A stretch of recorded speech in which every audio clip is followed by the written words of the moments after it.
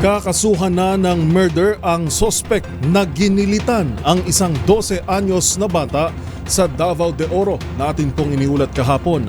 Ang biktima na pagbalingan lang umano ng galit.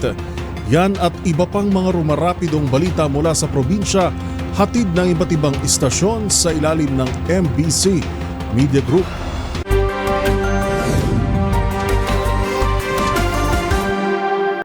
Balita mula sa Davao de Oro. Inihanda na ng Nabunturan Municipal Police Station ang kaso laban kay Edwin Solis, 27 anyos.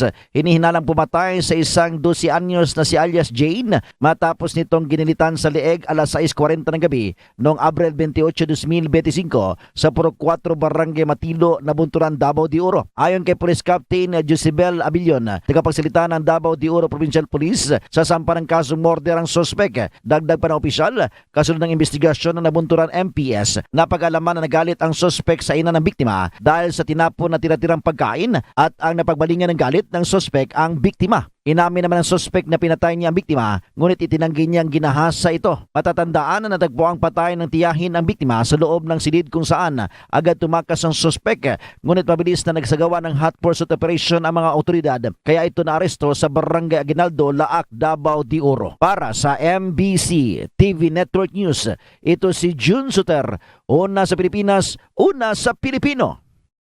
Balita mula sa Mindanao. Lumapag ang C-130 na may dalang 2 Division Reconnaissance Companies bilang karagdagang tropa na i-deploy sa iba't ibang strategic areas ng Joint Task Force Zambelan kabilang sa Lanao del Sur BARM Region.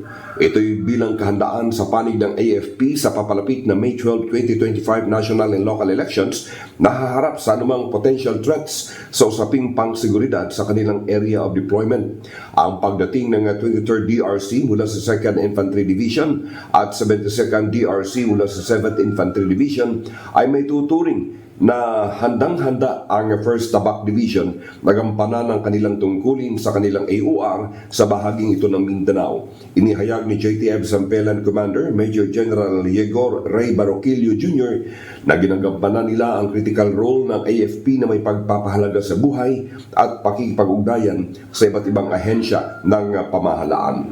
Para sa MBC TV Network News, ako si RH19, June Dimacutat, una sa Pilipinas, una sa Pilipino. Tumulak na kagabi ang 173 PNP personnel mula sa PNP Regional Office 1 patungo sa Bangsamoro Autonomous Region in Muslim Mindanao o VRMM upang magsilbing Special Election Board o SEVs sa paparating na 2025 National and Local Election and BARM Parliamentary Election. Nagkaroon muna ng send-off ceremony sa Camp Brigadier General Oscar M. Torrendo, San Fernando, La Union alas 4 ng hapon kahapon, pinangunahan ni PNP Regional Director Brigadier General Luis Evangelista, katuwang si Attorney Freddy Balarbar, ang Acting COMELEC Regional Election Director. Dumalo rin sa nasabing pagtitipon bilang suporta sa mga papalis sa mga pulis sila Police Brigadier General Juvencio Badua Jr., ang DRDA, Police Colonel Emmanuel Reyes, DRDO, Police Colonel Alex Fulgar, CRS at ang mga miyembro ng regional staff.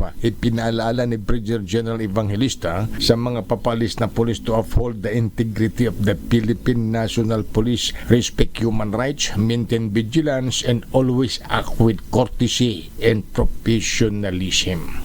Para sa MBC TV Network News, ito si Freddy Fajardo Aristartet, una sa Pilipinas, una sa Pilipino. Bukas naman na tinanggap ng kapulisan ang 2 New People's Army mula sa Samar na kusang sumurindel sa otoridad. Ang dalawa ay nagpahayag ng kanilang suporta sa gobyerno. Isa sa mga sumuko na kilala sa kanyang alias na si Cardo, 59 na taong gulang, isa itong magsasaka at residente sa isang barangay ng Lapinig Norte, Samar. Sumuko ito sa 8th First Maneuver Command Headquarters, Regional Mobile First Battalion. Samantala, noong araw naman ng Lunes ay sumurindi rin sa gobyerno mismo sa kapulisan. Itong nakilalang si alias Jumar at residente naman ng Paranas Northern Samar. Sumuko naman ito sa 2nd Samar Provincial Mobile First Company sa headquarters nito sa Barangay Pabanog, Paranas, Samar. Napag-alaman na itong si Jumar ay 7 taong naging aktibong membro ng New People's Army. Sumasailalim ito ngayon sa custodial debriefing at nasa protective custody muna ng 2nd Samar Provincial Mobile First Company. Ang dalawa nagpahayag na kanilang itatakwil na ang New People's Army at nagpahayag ng suporta sa mga programa ng gobyerno. gobyerno. Hinihikayat naman ng kapulisan ang iba pang New People's Army sa Samar na patuloy na nasa bukid na bumaba na upang tanggapin ang mga programang ibinibigay ng gobyerno sa pagbabago ng kanilang buhay. Mula sa MBC Network News, RH34, Jane Galit Pantayan, una sa Pilipinas, una sa Pilipino.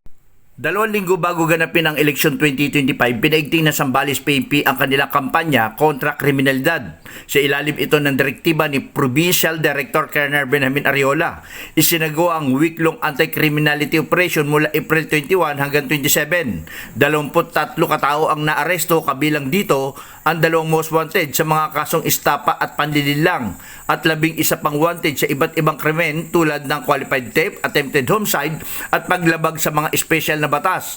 10 operasyon laban sa illegal na droga rin ang isinagawa, kung saan 10 suspect ang nasa kote at 34.79 gramo ng shabu na nagkakalaga ng mahigit 236,000 peso ang nakumpiska. Sa gitna ng election gun ban, 5 baril ang voluntaryong isinuko at 2 ang pansamantalang ipinagkatiwala sa himpilan ng pulisya. Ayon kay Colonel Ariola, tuloy-tuloy ang paghahanda ng Zambales PNP para sa ligtas at tahimik na gaganaping halalan.